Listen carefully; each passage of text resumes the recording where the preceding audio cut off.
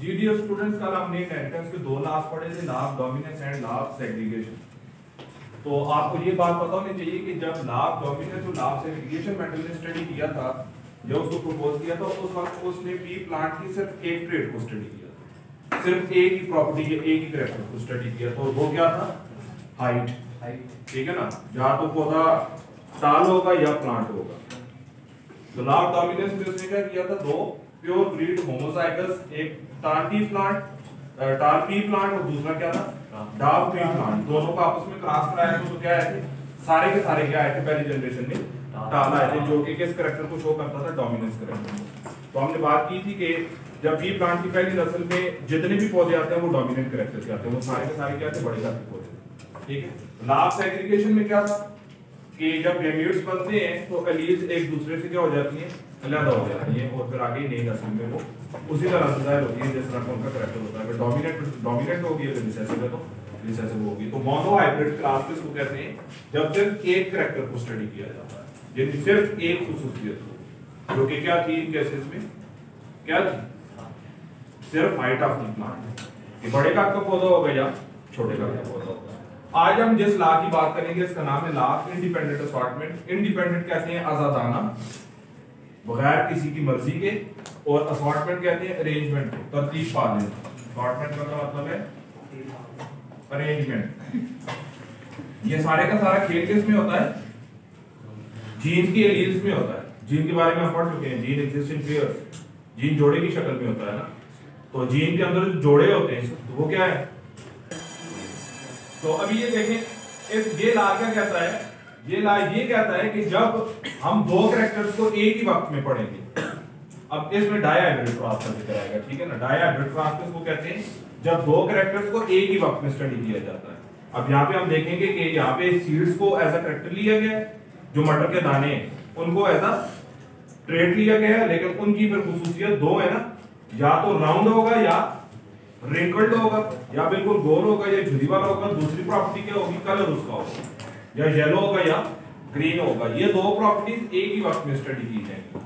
तो जब ऐसी क्रॉस करवाई जाती है मटर के पौधे की आपस में, उसको क्या कहते हैं? Die hybrid cross. डाई का मतलब है टू, हाइब्रिड का मतलब है मिक्स करना, क्रॉस मिलाप को कहते हैं। यानी दो प्रॉपर्टीज को जब आप एक ही वक्त में पढ़ेंगे, यानी सीड के कलर को भी और सीड की शेप को भी, इसको क्या कहेंगे हम? Dihybrid cross. तो मेंडल ने ये कहा कि जब आप दो मुख्तलिफ ट्रेड्स रखने वाले कैरेक्टर्स को आपस में जब क्रॉस करते हैं, तो अगर किसी एक का कैरेक्टर दूसरे के साथ मुंसलिक है, जिस तरह राउंड येलो है, रिंकल्ड ग्रीन है, तो ये ऐसा नहीं है कि आगे नहीं आने वाली जो नस्ल होगी तो उसमें भी राउंड येलो ही होगा या रिंकल्ड ग्रीन ही होगा। ये दोनों कैरेक्टर्स एक दूसरे से आजादाना तौर पर अलग हो जाएंगे, यानी राउंड ग्रीन के साथ भी हो सकता है और येलो रिंकल्ड के साथ भी हो सकता है। समझ आ गई? तो इस लॉ को क्या कहते हैं? Law of independent assortment. यानी एक कैरेक्टर दूसरे कैरेक्टर पे डिपेंड नहीं करता कि हमेशा राउंड के साथ येलो ही हो और रिंकल के साथ ग्रीन ही हो, ऐसा नहीं होगा।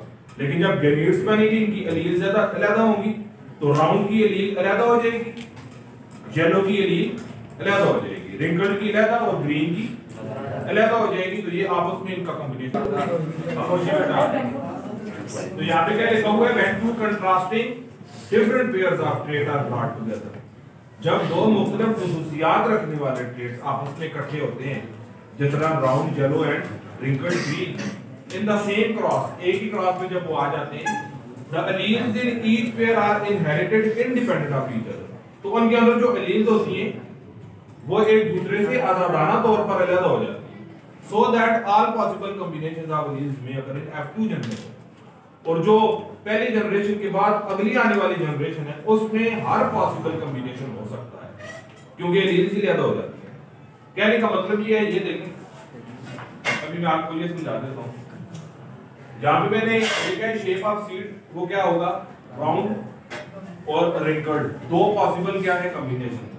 और कलर ऑफ सीड में येलो और ग्रीन, दो पॉसिबल क्या है? कॉम्बिनेशन। लेकिन मेंडल ने पी प्लांट के अंदर ये स्टडी किया और ये कंफर्म उसको हो गया कि राउंड शेप जो है सीड की वो हमेशा डोमिनेंट होगी, वो गालिब आएगी पहली जनरेशन। बेशक अगर उसके साथ एलील रिंकल्ड की होगी, लेकिन रिंकल्ड अपने आप को जाहिर नहीं करेगा। और इसी तरह इसके कलर में येलो हमेशा क्या होगा, डोमिनेंट होगा। बेशक अगर येलो के साथ ग्रीन की लीड होगी, लेकिन वो अपने आप को जाहिर नहीं करेगी, वो रिसेसिव होगी। ठीक है, अब यहाँ पे देखिए उसने फिर क्या किया, राउंड येलो को रिंकल्ड ग्रीन के साथ क्रॉस किया। राउंड येलो को रिंकल्ड ग्रीन के साथ। अब राउंड येलो क्या है, डोमिनेंट कैरेक्टर होता है, और रिंकल्ड ग्रीन क्या होता है, रिसेसिव कैरेक्टर होता है। तो सबसे पहले इसने इसके साथ जब क्रॉस किया तो सारे के सारे क्या है, राउंड येलो है। F1 जनरेशन में सारे के सारे क्या है, राउंड येलो है। क्योंकि देखें आर वाई ये क्या है, राउंड येलो, और ये क्या है, रिंकल्ड ग्रीन। इनका आपस में क्रॉस किया तो देखिए जो कैपिटल होगा ना वो क्या होगा, डोमिनेंट होगा।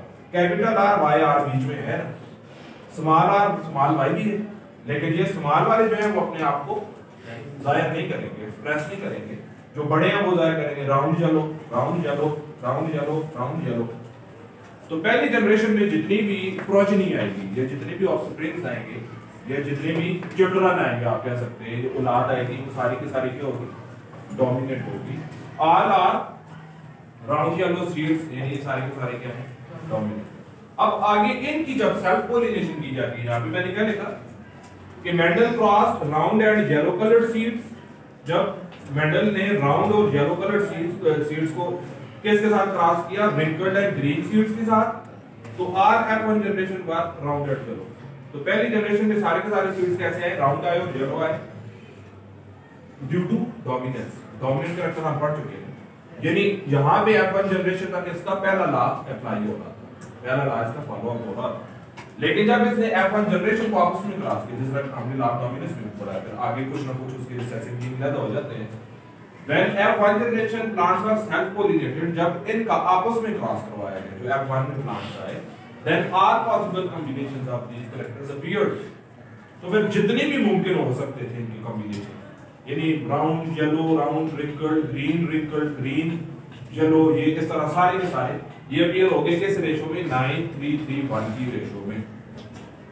वो कब, जब इनको हम आपस में करें, यानी ये आर वाई को हम क्या करेंगे,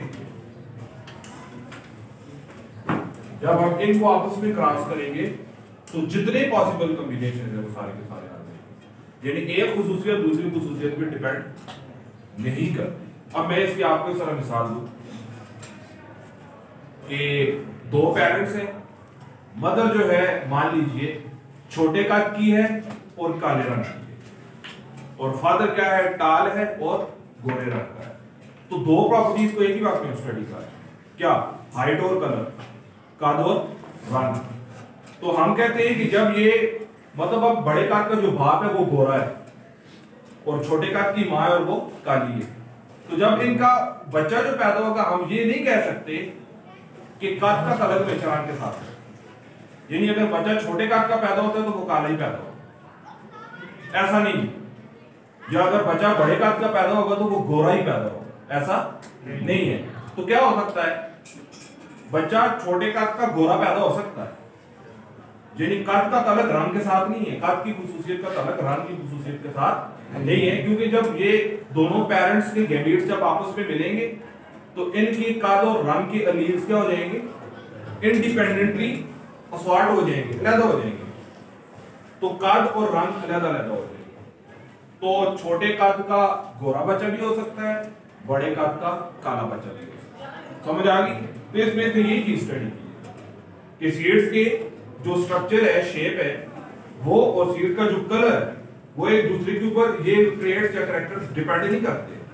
जब अगली आने वाली नस्ल की जो गैमीट्स बनते हैं ना, उन गैमीट्स में पाए जाने वाली जीन की जो एलील्स हैं वो क्या हो जाती हैं, अलग हो जाती हैं। यानी यहाँ पे देखें ना, ये क्या है, ये राउंड रिंकल्ड है, ये क्या है, yellow green, round wrinkled yellow green, round wrinkled yellow green. जब इनकी आपस में हम क्रॉस कराएंगे तो ये लहदा हो जाएगी, ये आर लहदा हो जाएगा, ये आर लहदा, ये लहदा, ये लहदा। फिर इनकी जो पॉसिबल कॉम्बिनेशन बनेगी वो बनेगी। यानी राउंड के साथ ग्रीन भी आ सकता है, वैसे राउंड येलो कहते हैं ना, राउंड ग्रीन भी हो सकता है, येलो रिंकल्ड भी हो सकता है, ठीक है ना, और रिंकल्ड ग्रीन भी हो सकता है और रिंकल्ड येलो भी हो सकता है। समझ आ गई? यानी एक प्रॉपर्टी दूसरी प्रॉपर्टी के ऊपर डिपेंड नहीं करती, इसीलिए इस लॉ को क्या कहते हैं? Independent sort. यानी गैमेट्स ड्यूरिंग फॉर्मेशन क्या हो जाते हैं? एक दूसरे से इंडिपेंडेंट हो गए, अलग हो जाते हैं, तो दोनों की खुसूसियात एक दूसरे पे डिपेंड नहीं करती। इसका आपस में क्रॉस हम बाद में पढ़ेंगे। इसका जो आपस में क्रॉस है ना F1 जनरेशन का, ये इंशाल्लाह कल हम डिस्कस करेंगे। इसका बड़ा लंबा चौड़ा क्या है, चेकर बोर्ड बना हुआ है जिसमें ये रेशो आएगी, ये आप ये बना हुआ है, इसमें आप फिर ये देखेंगे। आपको ये चीज समझ आ जानी चाहिए कि जीन्स को अपने तरह रिप्रेजेंट करते हैं अल्फाबेट से, तो जो कैपिटल होगा वो डोमिनेंट होगा। तो जब भी कभी कैपिटल आएगा ना, अगर उसके साथ स्मॉल है तो उसका मतलब है स्मॉल अपने आप को जाहिर नहीं करेगा, कैपिटल की जो प्रॉपर्टी होगी वो लिखेंगे। जिस तरह राउंड कैपिटल आ रहा है, रिंकल स्मॉल आ रहा है, तो जब कैपिटल के साथ स्मॉल आ रहा है तो हम उसको क्या बोलेंगे? राउंड बोलेंगे। रिंकल उसको बोलेंगे, क्योंकि जो रिसेसिव होते हैं वो अपने आप को अपीयर नहीं करता। जी बस।